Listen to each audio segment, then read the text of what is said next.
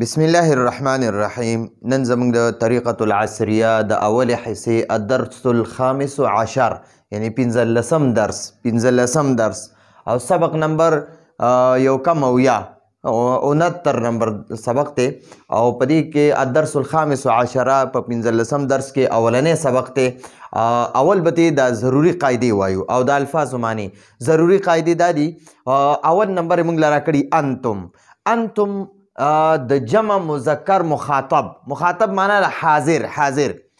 ضمیر دی. انت معنا د ته یو سړی، انتما معنا د تاسو دوانه سړي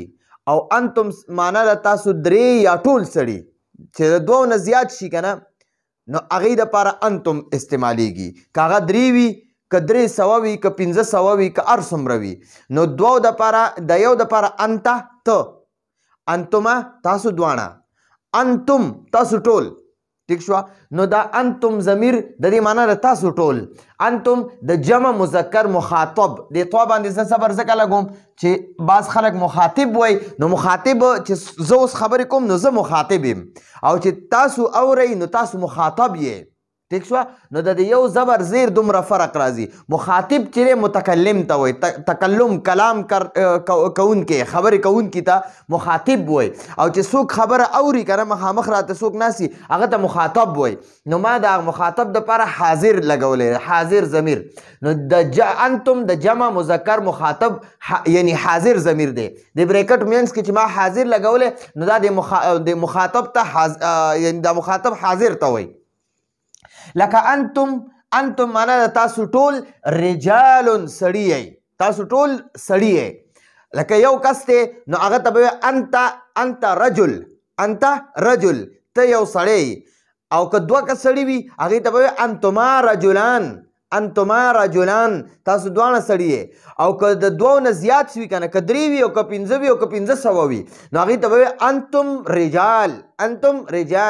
انتم رجال. ٹھیک شو جی؟ د یو دپاره راځي انت رجل ته یو سړی، انت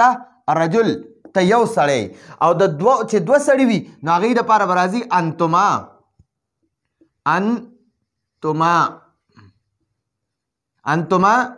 رجلان. انتما د انت تسنیه انتما دی او د رجل تسنیه هغه رجلان دی، رجلانی. ٹھیک شو؟ او چې ډیر سړي وي کنه نو هغې دپاره به وایي انتم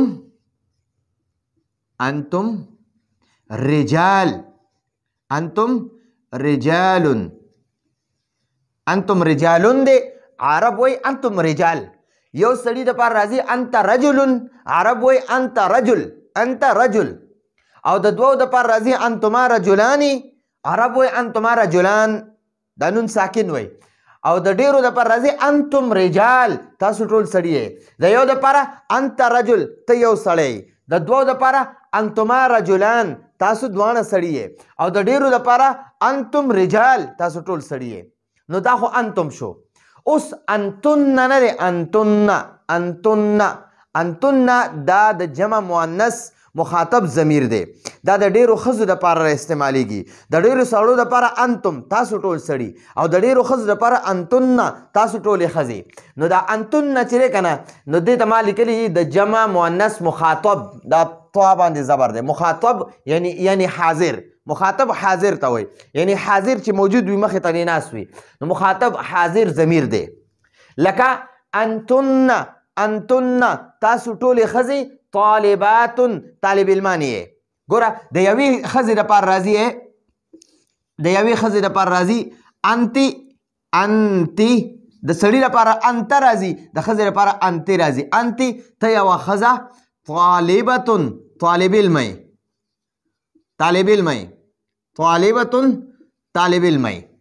او د دوو دپاره راځي انتما. نو اوس وګورئ د دوه سړو دپاره هم انتما راځي او د دوه ښځو دپاره هم انتما راځي. انتما تاسو دواړه ښځې، طالبتانی.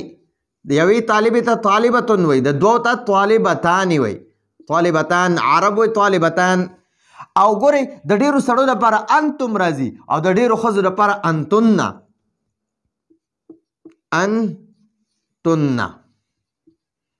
انتن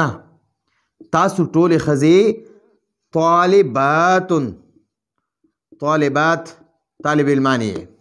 یوې دپاره انت طالبتن یوه ښځه ده مخامخ طالب علمه ناسته ده هغې ته زه وایم انت طالبتن ته یوه طالب علمه یې ته یوه طالب علمه یې دوه طالب علمانې دي زما ته مخامخ ناست دي زه ورته یم انتما طالبتان انتما طالبتان تاسو دواړه طالب علمان یې او چې د دوو نه زیات شي که درې وي او که پنځه وي او که 500 وي او که 50,000 وي چې هر څومره وي نو هغې دپاره به انتن تاسو ټولې انتن تاسو ټولې طالباتن طالب علمان یې نو ګورئ د انتما تسنیه چې دی د انتې تسنیه انتما دی او جمع چې دی انتن دی او د طالبتن یوې طالب علمي ته وایي طالبتان دوو ته وایي او طالباتن ډېرو ته وایي ٹھیک شو جی اوس هم ضمیر دی دریمه قاعده ده هم ضمیر هم د جمع مذکر غایب ضمیر دی هم د جمع مذکر غایب مونږ سره موجود نه دی غایب دی ٹھیک شو د یو دپاره هو راځي هو معنی ده هغه یو سړی هما معنی ده هغه دواړه سړي او هم معنی ده هغه ټول سړي ٹھیک شو نو هم معنی ده هغه ټول سړي د جمع مذکر غایب ضمیر دی هم د جمع مذکر غایب ضمیر دی لکه هم اولاد هغه ټول الکان دي هغه ټول الکان دي موجود نه دي هغه ټول الکان دي نو د یو دپاره راځي د یو الک دپاره راځي هو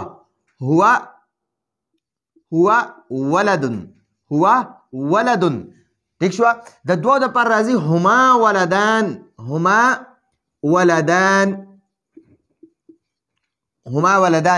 او د ډیرو الکانو دپاره راځي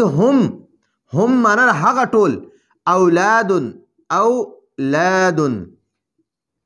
هم اولاد هو ولد هغه یو الک دی هغه یو الک دی موجود نه دی هغه یو الک دی هما ولدانی هغه دواړه الکان دي موجود نه دي موږ سره هغه دواړه الکان دي او هم اولاد هغه ټول الکان دي نو د هو تسنیه هما دی او جمع هم دی او د ولد تسنیه ولدان دی او جمع اولاد دی ٹھیک شو جی اوس دا هن د جمع مؤنث غایب ضمیر دی لکه هن بناتن معنی هغه ټولې ښځې موجود نه دي هغه ټولې ښځې بناتن جینکۍ دي هن بناتن هغه ټولې ښځې جینکۍ دي هن بناتن هغه ټولې جینکۍ دي اوس د دې ګورئ تسنیه څنګه واحد څنګه راځي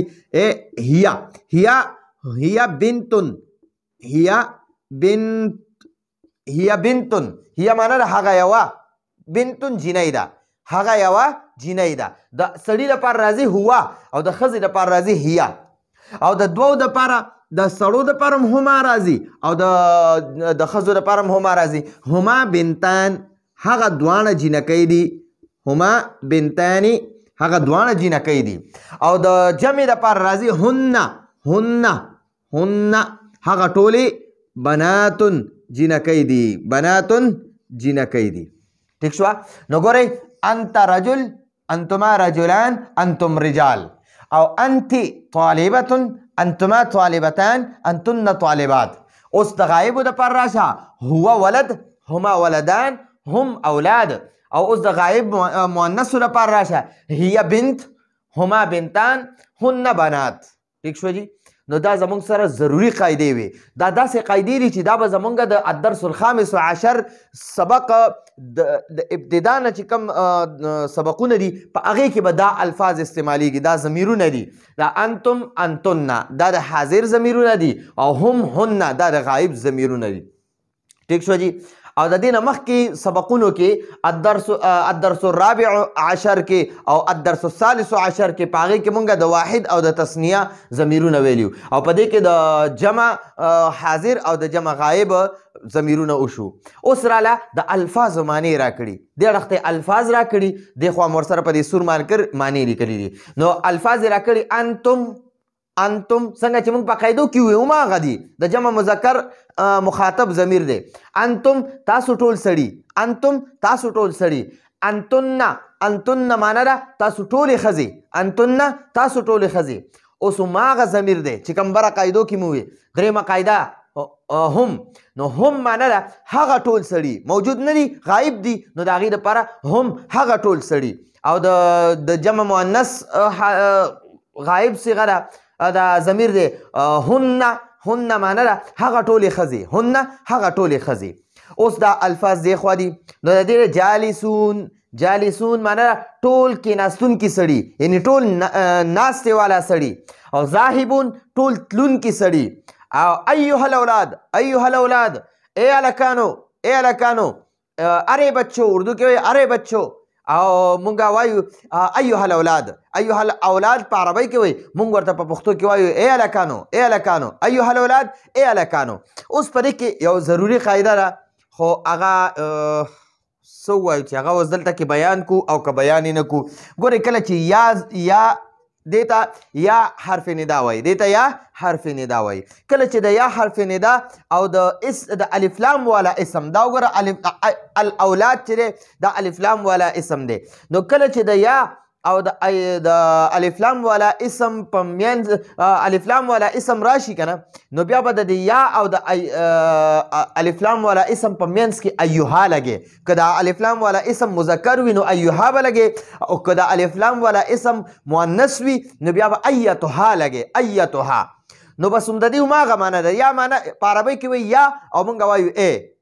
ای الله عربۍ کې وایي یا الله